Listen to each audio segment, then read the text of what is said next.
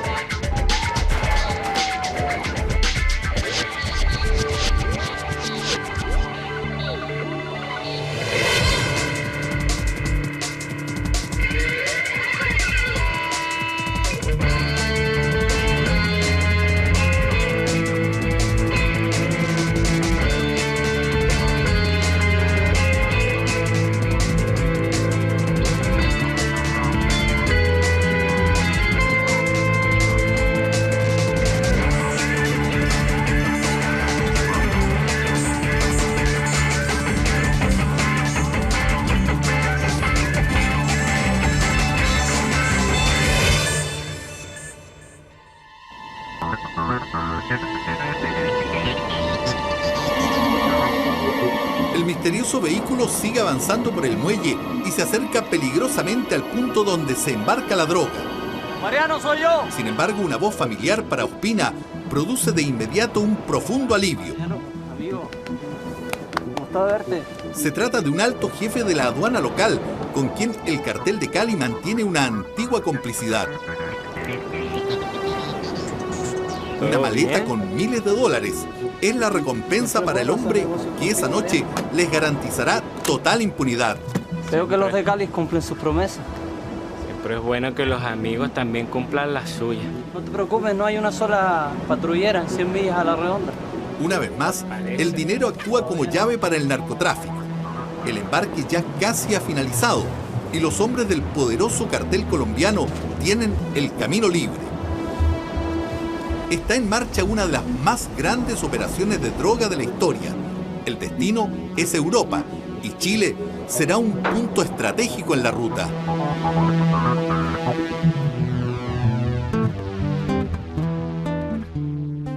El ambicioso plan comenzó a fraguarse un año antes, a comienzos de 1999, en una protegida mansión del cartel de Cali, en medio de la selva colombiana. Allí, bajo rigurosas medidas de seguridad, Mariano Ospina se reunió con un alto ejecutivo de la empresa naviera Punta Arenas Corporation y con el máximo líder de los grupos paramilitares de ultraderecha, Carlos Castaño. No hay problema en eso. Se compra un par de personas, se colocan en un punto estratégico y nos quedamos tranquilos. Y si hay un soplón entre medio, yo lo elimino. Los paramilitares necesitan dinero para comprar armas y han decidido entrar al negocio del narcotráfico. Ospina y su gente pueden ser los aliados perfectos. La tercera parte del triángulo es Punta Arenas Corporation, una empresa naviera constituida como fachada para transportar droga. La venta. Bueno, pero para eso nos estamos reuniendo acá. Son 15 toneladas que debemos transportar a Europa, sí o sí. No es una vaina fácil. Yo creo que vamos a tener que moverlo por la ruta chilena. ¿Qué va? Si yo ya vi un buque.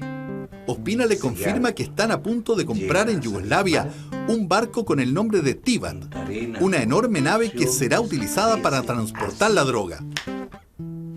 Total, estamos en la era virtual, ¿no?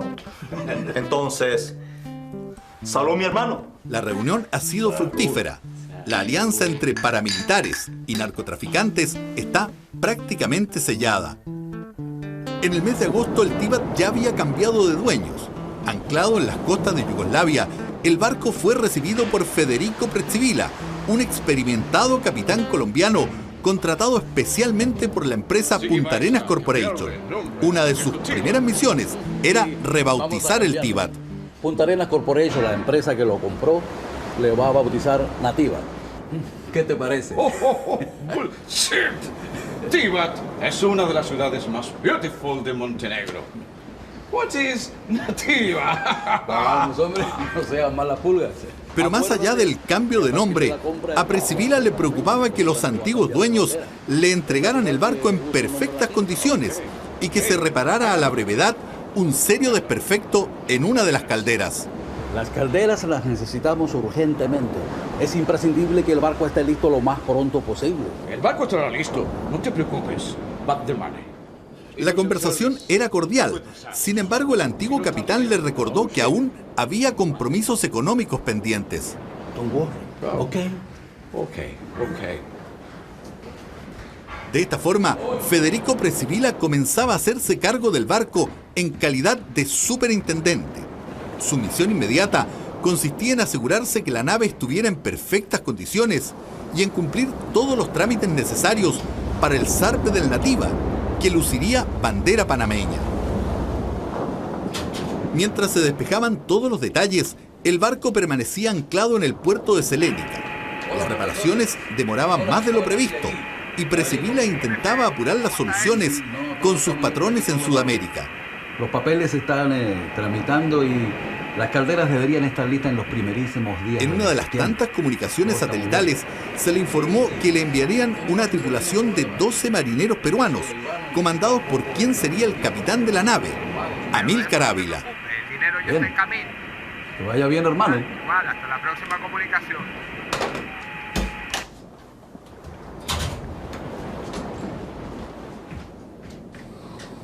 Pocos días después, Ávila y sus marineros abordaron el barco en Selénica. Todo parecía listo para zarpar. Sin embargo, surgiría un nuevo imprevisto que enfurecería a narcotraficantes y paramilitares. Las autoridades del puerto constataron que el Nativa no tenía un técnico que reprogramara los sistemas de seguridad. ¡Maldiciones, dijo! En esas condiciones, no podía moverse. No te preocupes. Me comunicaré con la naviera. La noticia fue un verdadero balde de agua fría. Ávila estaba desconcertado, Prezzivila furioso. El capitán peruano asumió así la tarea de superar las dificultades con los dueños del barco en Sudamérica. Pero arreglen el asunto, si no me van a joder. No tienes que joderte ni nada. Tú tienes que hacer tu trabajo. Finalmente, y pese a todos los problemas pendientes, el Nativa zarpó el día 12 de octubre del año 99 con destino al puerto de Pireos, en Grecia. A la tripulación se habían sumado 12 marineros ucranianos, fundamentalmente dedicados a las labores mecánicas. Con escaso o prácticamente nulo dominio del español, los ucranianos en general mantenían poco contacto con el resto de la tripulación. La bitácora del barco contemplaba transportar distintos tipos de mercadería a los puertos chilenos de Arica, Iquique y Valparaíso, y luego regresar a Europa a través del Estrecho de Magallanes. Ya en los primeros días de navegación, comenzó a advertirse cierta desconfianza y recelo entre el capitán peruano Amílcar Ávila y el superintendente de la nave, el colombiano Prezzivila. En general, era un viaje como cualquier otro, con las típicas rutinas de alta mar. Sin embargo, Ávila decidió hacer un cambio en la ruta de navegación sin consultar a Prezzivila. Fue el detonante para una relación que iba a explotar tarde o temprano. ¿Quién eres tú para cuestionarme a mí, carajo? ¡Imbécil! Tú y yo tenemos los mismos jefes. A ver, ¿cómo les explicas ahora a ellos esta incompetencia tuya? A mí me trajeron aquí para llevar a su destino este barco, pero tú parece que remas al contrario. Abandona el puente en forma inmediata. ¡Ahorita, ya! Sí, cabrón, ya me voy. No es ningún lujo estar cerca tuyo, pero antes voy a tener que ir a terminar tu trabajo.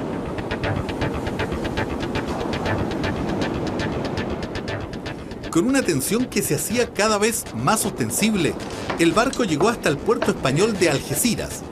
Allí subió a bordo uno de los cerebros de la operación, el colombiano Mariano Ospina, quien rápidamente tomó partido por Precivila en su conflicto con Ávila. Un furibundo Ospina puso las cosas en su lugar. El mando estaba en manos de Precivila. El capitán del barco soy yo. Yo fui contratado por Ocean Service. ¿Quiénes son ustedes para cuestionarme? A ver, papito, le voy a aclarar algunas cosas porque parece que usted anda bien perdido en el espacio. El dueño de Nativa es Punta Arenas Corporation. O sea, para todos los efectos estamos. Y aquí mi hombre de confianza, Federico. Así que váyase con mucho cuidado, porque se le ha pasado de problema en problema. Eso es inaceptable, carajo. El inaceptable es de usted y ahora mismo se me baja de este barco, señor. No, señor. Mi contrato es con Ocean. Independiente de quién sea el dueño de este barco, ellos son los responsables de esta navegación. Mi contrato es con ellos, ¿ok? Y el contrato con Ocean es conmigo, cabrón, ¿no lo ve? Me va a agotar la paciencia y por su madre le digo que ojalá eso no pase. ¿O qué usted quiere? Que se lo explique con manzana. Escúcheme bien. Hasta que lleguen a América, usted va a seguir figurando como el capitán. Pero desde ahora, las órdenes las da Federico. ¿Estamos? Imposible. Está tentando su suerte, Ávila. Y usted no sabe con quién está tratando. Definitivamente, Ávila había perdido el poder. Incluso Ospina había tomado la decisión de desembarcar al primer oficial, el peruano Juan Blanco, quien hasta ese momento había sido el hombre de confianza del capitán. Cierto, ese Juan Blanco, el falderito suyo, se va hoy mismo de vuelta. Ávila estaba cada vez más aislado. Con las instrucciones claras, Ospina dejó el barco. Volverían a encontrarse en Panamá. El Nativa zarpó el 17 de noviembre desde Algeciras, en España, y el día 20 de diciembre llegó al puerto de Cristóbal, en Panamá.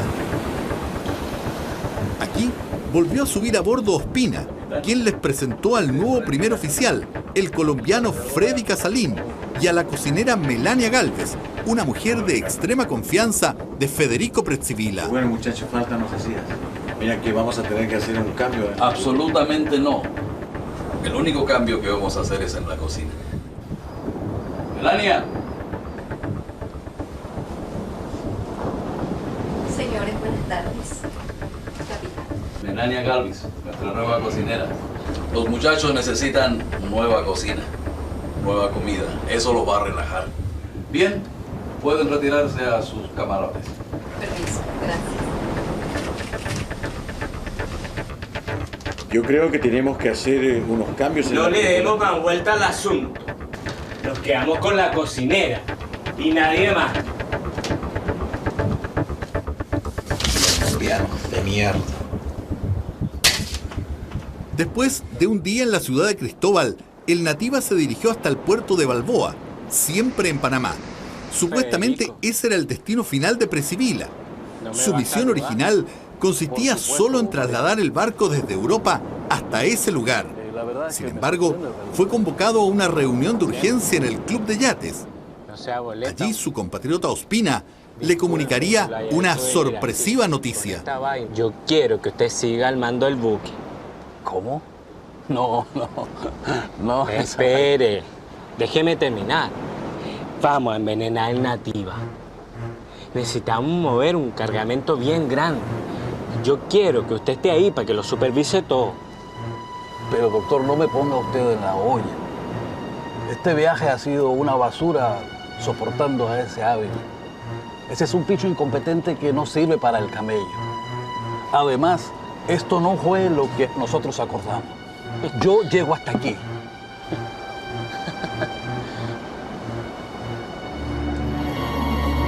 Pero es que usted no entiende, Federico. Usted sabe cómo es esto. Ante la negativa de Federico, un sarcástico Ospina sacaría a relucir un contundente argumento. Un set de fotos de la familia de Precivila. Hacer algo que yo no quiera. Pero déjeme usted que yo le explique. Pero es que usted no entiende, Federico. ¿O quiere que se la lea más bajito? Tráeme eso acá. Esto no lo va a hacer gratis. La mitad es de la tripulación, la otra mitad es suya. Llegando a Europa lo esperan otros 60.000. De Ávila, no se preocupe, lo controlaré. El buque lo manda usted. ¿Le ha quedado claro, Federico? A partir de ese momento, Pretziwilla tenía absolutamente clara su verdadera misión dentro de la nave y sabía también que no podía fallar. Probablemente preocupado por la reticencia inicial de Pretziwilla, Ospina decidió tomar todas las precauciones. Ese mismo atardecer se reunió en el muelle del puerto de Cristóbal con el recién designado primer oficial Freddy Casalín. Allí le informó que durante la navegación a Chile, en plena alta mar, a la altura de Ecuador, embarcarían un importante cargamento de drogas. Disculpe usted la informalidad de esta reunión, pero usted sabe cómo son las cosas. Sí, don Mariano. Pues para servirle. Con Federico hemos arreglado que el Nativa cargará 3 toneladas con destino a Europa. Usted estará al frente. En esa misma reunión también le entregó los códigos para establecer comunicaciones en clave gracias a modernos aparatos satelitales instalados en el barco durante su estancia en Panamá. Aquí están los códigos de su contacto a llamar por radio y la mitad del dinero que le corresponde. Por si las dudas, la otra mitad se la entregamos directamente a su hermano. ¿Qué dice? Negocios son negocios. Y a falta de contrato, no está de más hacer algún tipo de vínculo. ¿No le parece? Bueno, Mariano. Atemorizado por los contactos con su hermano, Casalín entendió que no tenía más opción que obedecer mansamente. El 27 de diciembre, el Nativa zarpó desde Panamá con destino al puerto de Corintos, en Nicaragua. Allí desembarcarían un cargamento de piedra pome como parte de las operaciones de fachada. Las jerarquías a bordo del barco ahora estaban claras y Pretziwilla daba las órdenes sin contrapeso. Ahorita le saco las cuentas. Incluso todos tenían un interés común: terminar la misión lo antes posible. La madrugada del 30 de diciembre, el Nativa zarpó desde el puerto de Corintos hacia las costas chilenas. En algún lugar y momento todavía no precisado, debía recibir en alta mar el cargamento de drogas. Más luego pasemos por Magallanes. Será mucho mejor. Solo vamos a atracar en Arica. No, y eso es lo que me jode. Tengo que cumplir con unas entregas en Iquique y también en Valparaíso. Fueron 8 días de navegación hasta que Federico Pretziwilla citó a toda la tripulación para comunicarles que no se trataba de un viaje cualquiera. Silencio. Capitán Federico va a hablar con usted. Guarden silencio, por favor. Están aquí porque necesito hablar con ustedes. Vamos a envenenar el barco. ¡Silencio, carajo! Para todos aquellos que quieran colaborar, hay muchísimo dinero. Pero para los que no quieran hacerlo, no hay problema. Los tiburones están esperando. ¿Entendido? Recibirán las instrucciones. ¿Y dónde piensan cargar la droga? Eso lo informaremos después. Los tripulantes entendieron rápidamente que no tenían alternativa. El primer oficial, Casalín, les comunicó en ese mismo lugar cuáles serían sus respectivas misiones. Por la marina. Más todos los nombres de Nativa. Con el plástico negro. No te olvides los botes. Y ya, la pintura, los plásticos al fondo. Soy la merca a bordo. Todo a su puesto. De acuerdo a las comunicaciones satelitales, el Nativa debía llegar al día siguiente frente a las costas de Ecuador para recibir el cargamento de droga. Ávila y Pretziwilla debieron disminuir la velocidad de navegación para coincidir a la hora y el sitio señalado en alta mar. Pepe. Aquí Carlos. Todo debía hacerse con el máximo cuidado, Cualquier error podría significar el fracaso de una operación donde estaban en juego cerca de 500 millones de dólares. A bordo del Nativa se vivía una tensa calma hasta que Casalín, el primer oficial, les informó de una comunicación satelital que se recibía desde Colombia. Precivila se hizo cargo de la situación y a través de los códigos secretos fue informado del punto exacto donde se produciría el transbordo de la droga.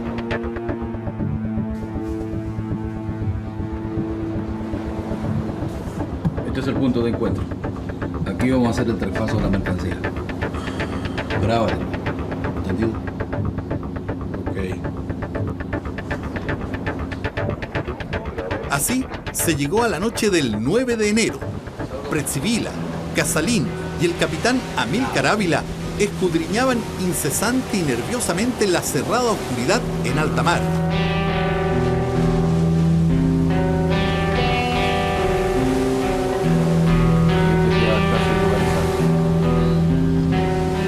Cerca de las 23 horas se produjo finalmente el esperado contacto. Las luces a la distancia correspondían al pesquero que horas antes había zarpado desde un puerto de Ecuador.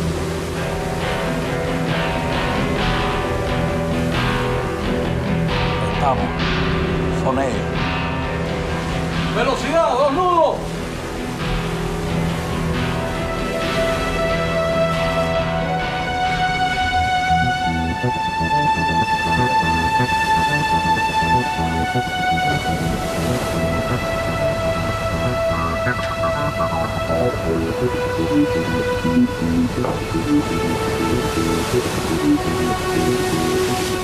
A bordo del pesquero viajaban varios guardias armados que custodiaban el millonario cargamento de cocaína. Lentamente, las dos embarcaciones se acercaron, pero se mantuvieron a una distancia prudente para no estrellarse producto del oleaje.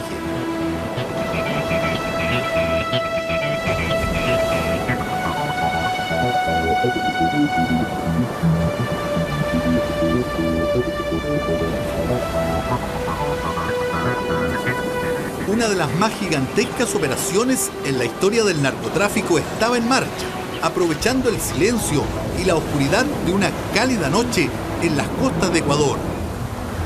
Sin contratiempos y utilizando un sistema de poleas, ganchos y redes, la droga fue velozmente traspasada desde el pequeño pesquero hasta el gigantesco Nativa.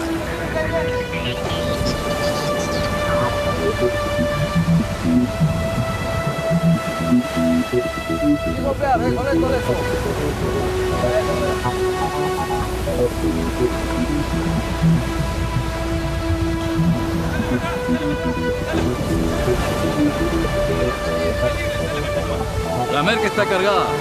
Continúa viajando. Suerte, hermano. 3 horas después, el trabajo había terminado.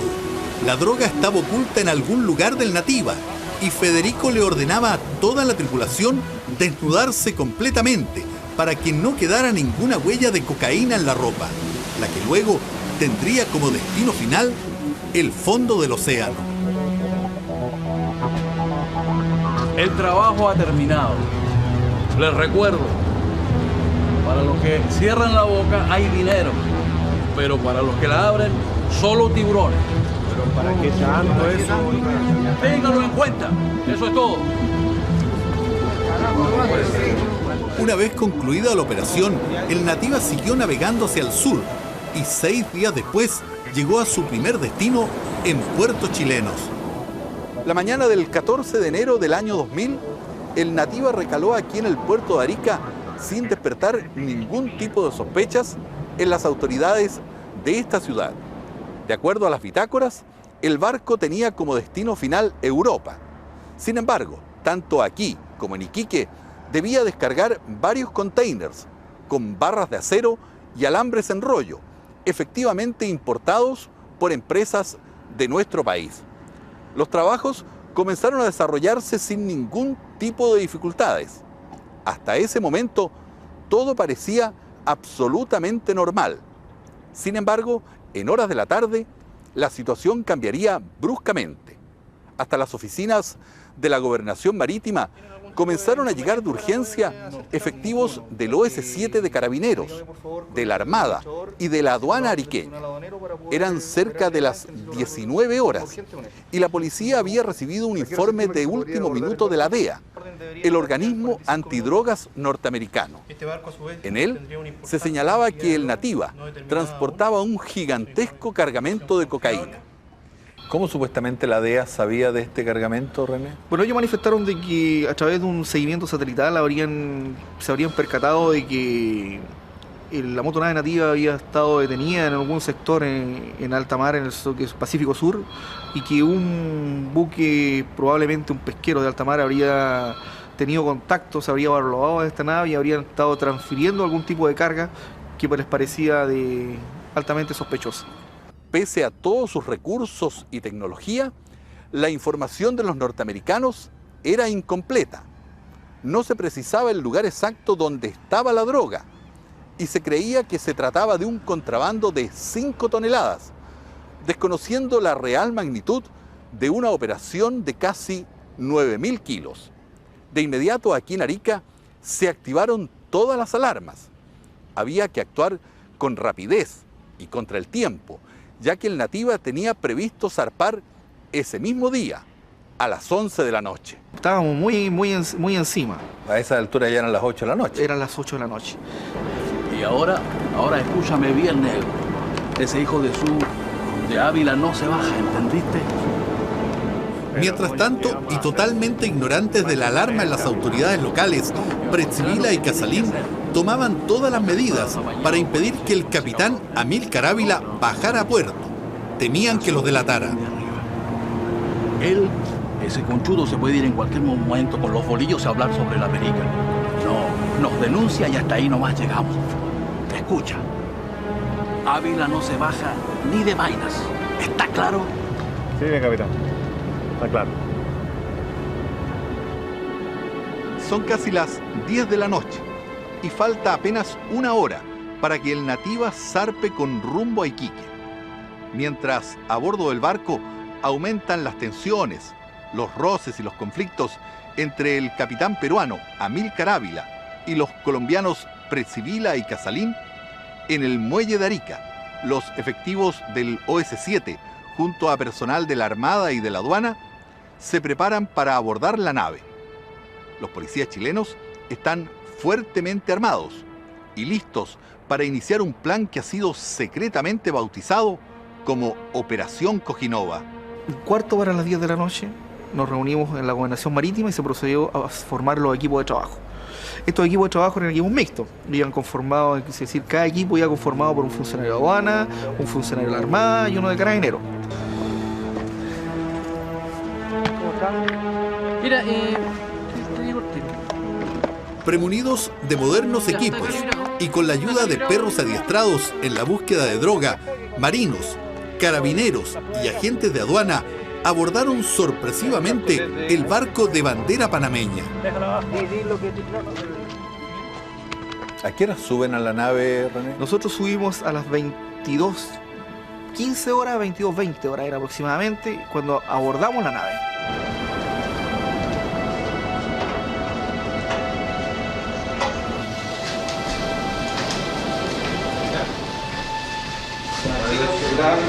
Servicio Nacional de Aduana. Carabinero C7.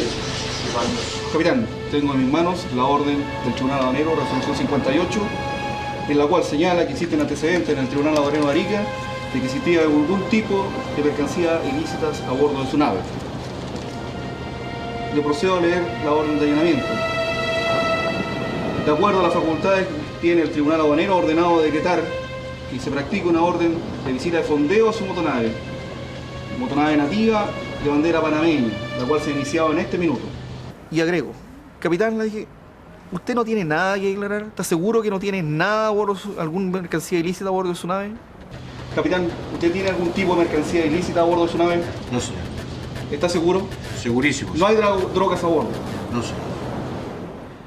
Fue realmente, yo diría que impactante porque, le agrego, capitán, nosotros tenemos antecedentes de que usted tiene drogas a bordo de su nave. Y no nos vamos a mover de aquí hasta que estemos completamente seguros de que no existe. Así que es así, usted debería prestar la colaboración en este minuto. Nos miramos a los tres oficiales que está ahí porque fue impactante, digo, realmente. El capitán empezó a temblar, inmediatamente empezó a sudar, pero de una manera impresionante. Bien, necesito que se notifique, aquí está la copia de su resolución, por favor. Hemos abordado la nave en este instante.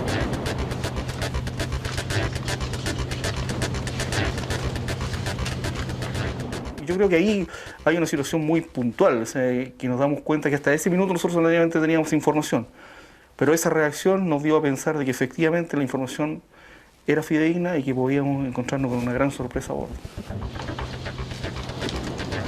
Ya, vamos a necesitar que nos entregue la documentación de la nave, manifiesto, pasaporte, y la autoridad marítima va a solicitarle la documentación para que se la entregue a él. ¿Cuánto va a demorar? Todo lo que sea necesario. Insisto, capitán, nosotros tenemos antecedentes de que usted tiene drogas a bordo y no vamos a movernos de aquí hasta que las encontremos. Esa misma noche comenzó a desarrollarse una minuciosa revisión al barco. La nerviosa actitud del capitán reafirmaba todas las sospechas. Sin embargo, ni el registro a la tripulación, ni los perros, ni las infalibles máquinas detectoras permitieron encontrar ninguna huella de la droga. Las autoridades chilenas estaban sorprendidas. Aquí teníamos presencia de... Nosotros no nos cabía la menor duda de que si ellos habían tenido contacto, habían manipulado droga, esto se iba a arrojar inmediatamente, porque el instrumental ya lo habíamos probado y era muy efectivo. ¿Qué resultados tuvo eso? Bueno, fue sorpresa para nosotros, no encontramos absolutamente nada. Nos llamó enormemente la atención de que no hubiera presencia de nadie. O sea, eso quería decir no solamente que no había manipulación de droga, sino quiere decir que nadie, sencillamente nadie nunca consumió droga, nunca había fumado droga a bordo, nadie había tenido nunca contacto con droga, lo que era muy difícil de poder creer que nadie se hubiese tenido ningún contacto con droga. O sea, por un lado la transpiración del capitán le decía que sí, por otro lado le decía que no.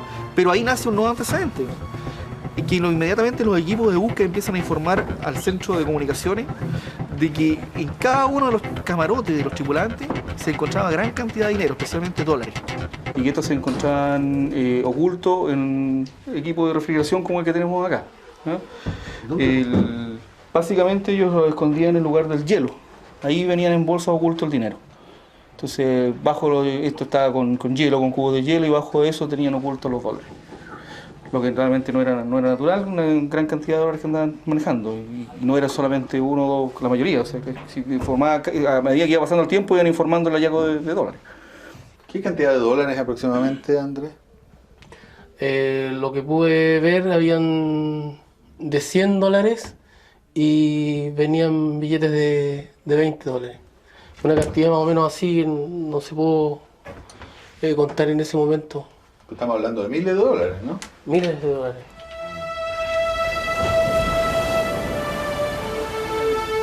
Al día siguiente, 15 de enero, las tareas de inspección continuaron en todo el barco.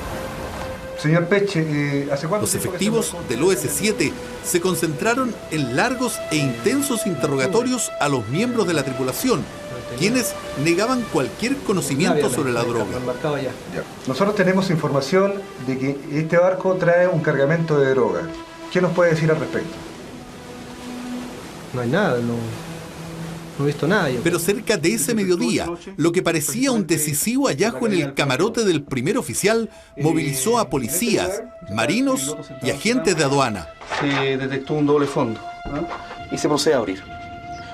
Una vez que se ha abierto, queda al descubierto toda esta cavidad bastante grande que lógicamente fue preparada en algún momento para ocultar mercancía.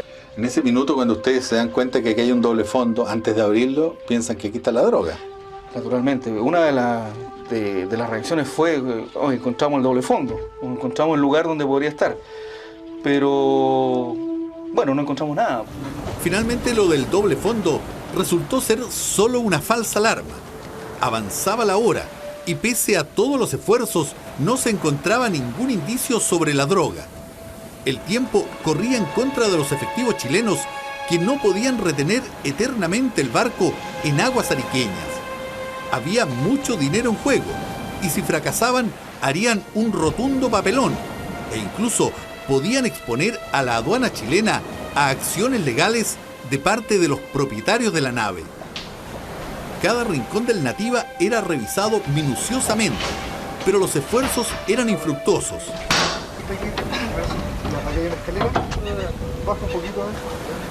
Así, se llegó a la noche del sábado 15 de enero, con la sensación que la droga estaba oculta, y muy bien oculta, en algún lugar de esa inmensa mole, probablemente muy cerca de ellos, pero tal vez jamás lograrían detectarla. Al día siguiente, los efectivos chilenos volvieron a la carga.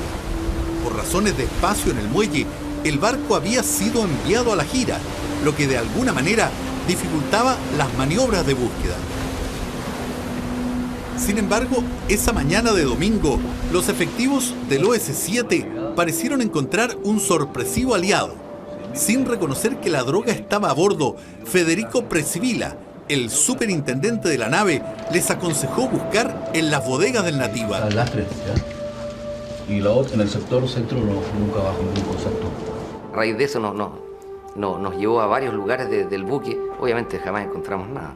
Era una forma, digamos, de distraer o llevarnos hacia otros lugares donde nosotros no pudiéramos detectar el clorhidrato de cocaína. La maniobra de Presivila reforzó aún más las sospechas de los policías, que volvieron a efectuar intensos interrogatorios a los tripulantes. 3 de enero. El más nervioso era el contramaestre Adán Peche. El miedo en su mirada no pasó inadvertido para los policías, que le preguntaron una y otra vez, hasta que el marino peruano no soportó más la presión y terminó por confesar. Está ahí, está ahí. ¿Dónde ahí? Ahí en el pilar del... ¿Qué es lo que está en el pilar de la grúa? Hay un tripulante que habla, nos dice dónde estaba. El atribulado contramaestre le confirmó a la policía que habían cargado la droga en alta mar y que habían ocultado los paquetes en el interior del mástil de la grúa. Solo faltaba chequear la veracidad de sus palabras. En el Samsung de la pluma estaría oculta la droga, que habrían abierto ahí, que habrían cerrado, que habrían soldado y que habrían pintado. Con la información entregada por Peche, marinos, policías y agentes de aduana se concentraron nerviosamente en la base del gigantesco mástil. La larga operación de búsqueda parecía acercarse a su fin. Y ya definido el lugar de búsqueda, todos llegamos al lugar esperanzados en que rápidamente se pudiera abrir.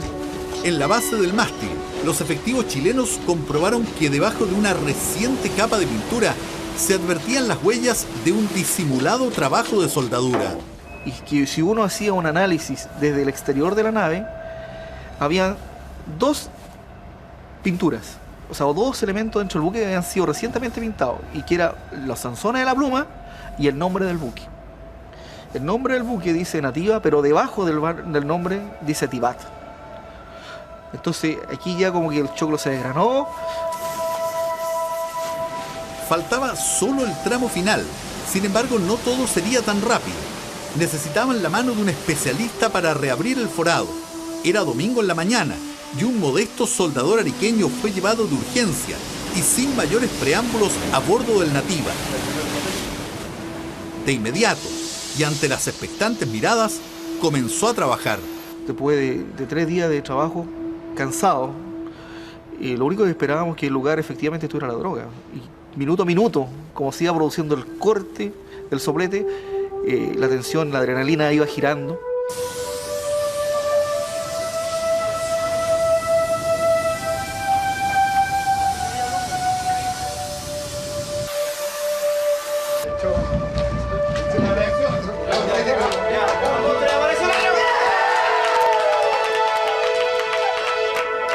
A tal punto que cuando cae la plancha y quedan los paquetes a la vía, esto fue algo eufórico, todo el mundo saltaba, nos abrazamos, reíamos.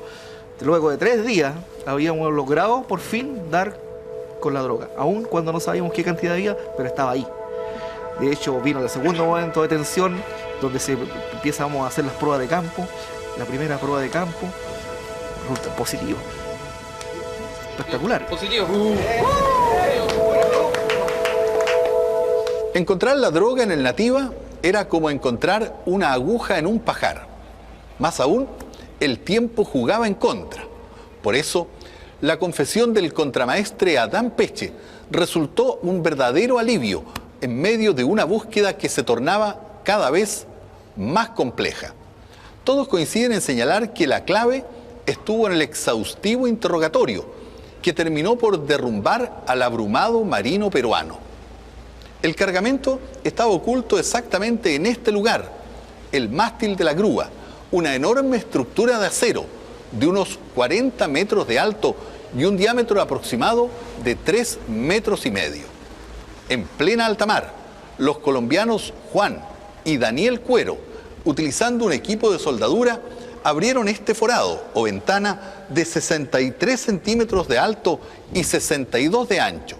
Por aquí introdujeron los 380 paquetes de cocaína, que pesaba cada uno unos 20 kilos, hasta una profundidad de casi 6 metros.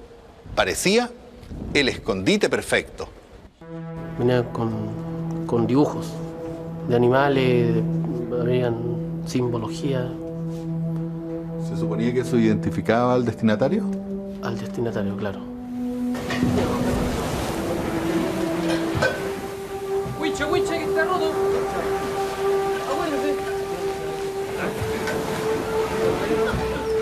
Esto fue como una meta que se iba cumpliendo cada vaso. Si llegamos a las 5 toneladas y pasamos a las 6, las 7 y llegamos prácticamente a las 8, era realmente increíble. O sea, nosotros sabíamos en un principio que si se encontraba droga, esto iba a marcar un hito por la cantidad de droga, primera, una de las más grandes del mundo y la más grande en Chile. De acuerdo a antecedentes policiales, la droga habría sido embarcada. Efectivamente, la droga encontrada en el Nativa correspondía al segundo cargamento más grande detectado en la historia del narcotráfico. Así lo consignaba el noticiario 24 horas de esa fecha. Por último, lo incautado hasta el momento asciende a la suma de 468 millones de dólares. Uno piensa de que, no sé, que un cargamento, primero que nada, de este tipo no podría estar nadie al margen. Eso era evidente. Nadie podría alegar aquí que no sabía que se embarcaron. Hasta este minuto nosotros pensábamos 5 toneladas de droga. Es imposible.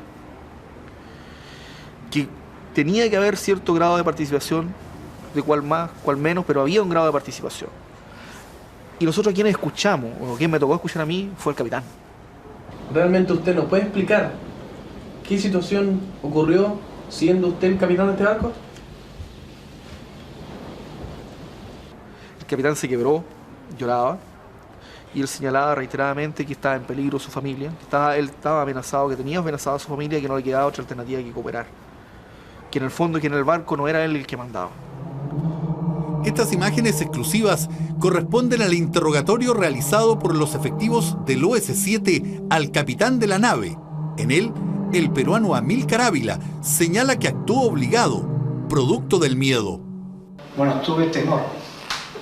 Yo tuve temor por mi familia que estaba en Lima y por mí mismo. Más adelante, Ávila asegura que fue amenazado por el colombiano Ospina, producto de sus conflictos con Federico Prezzivilla. Le pido por favor, me dijo, que usted se comporte bien con mi recomendado, que él ha sido nombrado por mí, y mi recomendado, que es Federico Prezzivilla. Y trate de tener una buena relación con él, porque de lo contrario, usted sabe, me dijo, nosotros, cuando alguien no se porta así, bueno, mandamos alimento a los tiburones. También Ávila le relató a la policía con lujo de detalles el momento que Prezzivilla les comunicó sobre el embarque de la droga. Llamó a toda la tripulación él al puente y para dar las instrucciones. Es el día, le dijo así. La embarcación va a llegar de este lado, usted va a hacer esto, usted va a juntar los mamelucos, usted va a traer los guantes, usted va a cargar, usted se va a meter al sitio, al hueco, ustedes van a recibir, o sea, todo bien organizado ahí para que cada uno... Y por favor, yo le voy a dejar el barco parado y no me mueve el barco para nada. Yo veía los bultos que subían. ¿Cómo eran los bultos que subían? Bultos que parecían esos bultos sin sacos de yute, de la depresión, que era, ¿no? Y que subían con unos cabitos. ¿Quiénes participaban en esa maniobra de subir los paquetes? Bueno, toda la tripulación. Todos. Los hombres del OS-7 tenían especial interés en conocer la versión de Federico Prezzivilla y, en lo posible, llegar a los verdaderos cerebros de la operación. Sin embargo, el colombiano no dijo mucho e incluso él mismo señaló haber sido víctima de las presiones de Ospina durante el paso de la nave por Panamá. El tipo me dice, mire, usted no va a regresar más a su compañía, usted va a continuar en ese buque. Nosotros vamos a hacer un cargamento de drogas en ese buque. Usted va a ser la persona que va a estar al tanto de todas nuestras informaciones a bordo. Le dije, pero es que yo no quiero hacer esa cosa.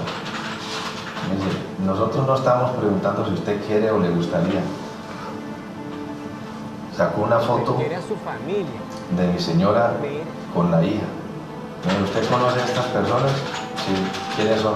Mi esposa y mi hija. Okay. Si usted quiere que nada le suceda a ellas, usted va a hacer lo que nosotros le vamos a indicar. Y es mejor que lo haga bien hecho. Por ese trabajo se le va a pagar a usted un dinero. Pero sepa que si no hace las cosas que nosotros, como se las indicamos, su familia está en problemas con nosotros. Nosotros sabemos dónde vive. Le ha quedado claro, Federico.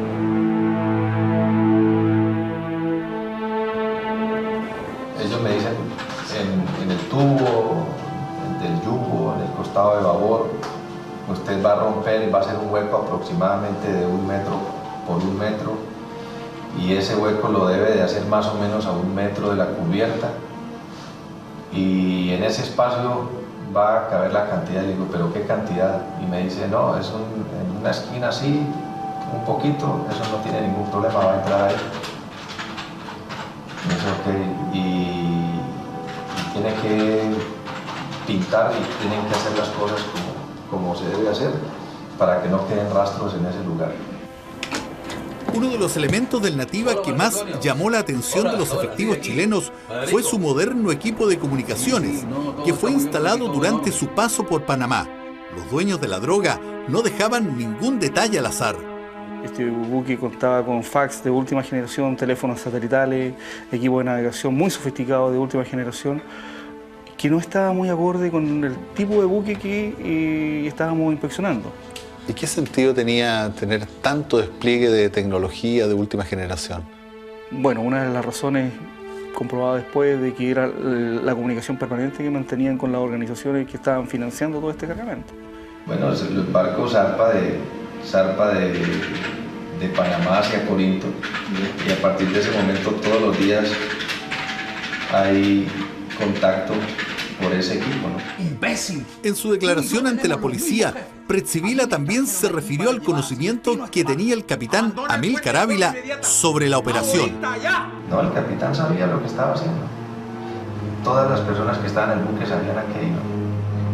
Usted va de pronto a escuchar que yo no sabía, que a mí me trajeron engañado. No creo. Cuando yo digo en la tarde, esta noche va a llegar la gente con el cargamento, yo llamé a todo el mundo al puente. Y... ¿Capitán también estaba? Sí. Y nadie dijo, oiga, pero ¿qué es lo que pasa aquí? Prezzivilla reconoció ante los policías que luego de informar a la tripulación sobre el cargamento, le encargó a cada uno una tarea específica. Se procede a preparar el sitio unas 2 horas antes de llegar allá. Ellos abren el hueco con 2 tripulantes del buque, los señores de apellido Cuero. ¿Ya? Ellos abren el hueco con las medidas que se había dado la instrucción. ¿Usted le dio la instrucción? Sí, señor. ¿Qué barco fue el que se acercó? No, yo no le podría decir a usted el nombre por muchas razones. A ver. 1, es de noche. 2, nadie utiliza luces. 3, le voy a hablar de nosotros. Una de las medidas que se tomaron precisamente fue de nosotros tapar los nombres del buque. ¿Por qué? Si alguien de esa gente que viene y sabe en qué barco le entregaron, no, entonces pero, usted me espera aquí. ¿Pero por qué lo hizo usted? ¿Por qué lo hice yo? Porque esa fue una de las instrucciones que yo recibí por radio. Debe taparse el nombre porque si va alguna persona que se haya infiltrado, saben que se entregó pero no saben el nombre del barco. ¿Cómo hacen el transbordo de la droga? Si usted recuerda, ella venía empaquetada en unas bolsas plásticas, digamos, fuertes, un plástico grueso, calibre. Entonces, se tenían preparados unos ganchos con unos lazos. Entonces se sube bolsa por bolsa. Cuando yo termino de meter todas las cosas allá en ese hueco, entonces yo voy al equipo, la gente está esperando mi llamada, entonces, ok, acabamos en este momento de embarcar todo. Dice, ¿cuántos paquetes recibió? Yo les dije, mi cuenta son 380 bolsas. Los 20 tripulantes del Nativa se encuentran actualmente recluidos en este lugar, la cárcel Modelo de Hacha, ubicada a la salida de Arica. En septiembre del 2001, un año 7 meses después de ser detenidos en las costas de esta ciudad, recibieron la dura sentencia de la justicia chilena. El magistrado Jorge Quiñones, del primer juzgado del crimen, condenó a 10 años al capitán del barco, el peruano Amílcar Ávila, y a los colombianos Federico Pretzivila y Freddy Casalín. Los 17 restantes recibieron penas de 7 años y un día.